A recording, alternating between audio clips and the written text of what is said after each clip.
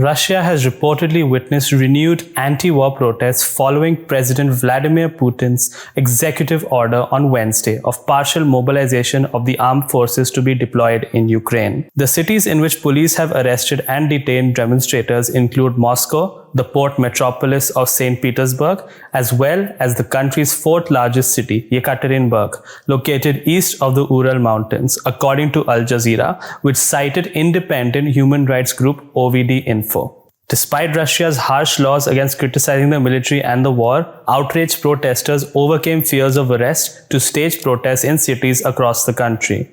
Al Jazeera reported, adding that at least 1,300 arrests have been made. On Thursday, Russian Foreign Ministry spokeswoman Maria Zakharova criticized US President Joe Biden for a speech he gave at the United Nations General Assembly on Wednesday, according to Russian state media outlet TASS. Biden had reacted to Putin's executive order and stated the following: Russia has shamelessly violated the core tenets of the United Nations Charter, no more important than the clear prohibition against countries taking the territory of their neighbor by force. Again, just today, President Putin has made overt nuclear threats against Europe and a reckless disregard for the responsibilities of the non-proliferation regime. Now, Russia is calling up more soldiers to join the fight, and the Kremlin is organizing a sham referenda to try to annex parts of Ukraine, an extremely significant violation of the UN Charter. This world could see these outrageous acts for what they are. Putin claims he had to act because Russia was threatened, but no one threatened Russia and no one other than Russia sought conflict.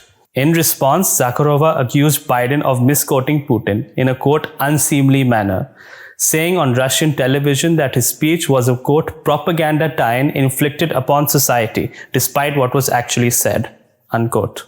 Amid the General Assembly, Zelensky provided another update on civilian casualties in his daily address, in a new round of war crime allegations leveled against the Russian armed forces. In the Ukrainian town of Izyum, Kharkiv region, the exhumation is underway of bodies from a mass burial, which happened when the territory was controlled by Russian troops.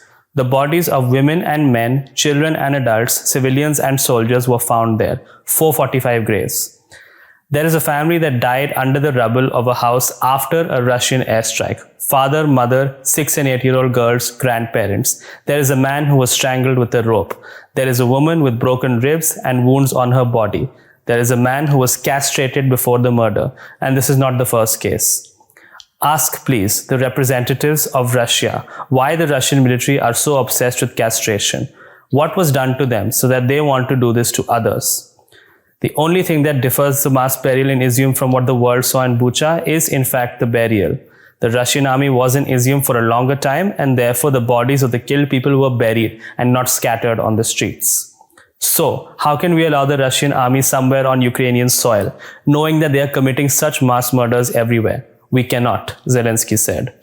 For The Print, this is Raghav Bikhchandani. For more, log on to print.in and follow us on social media.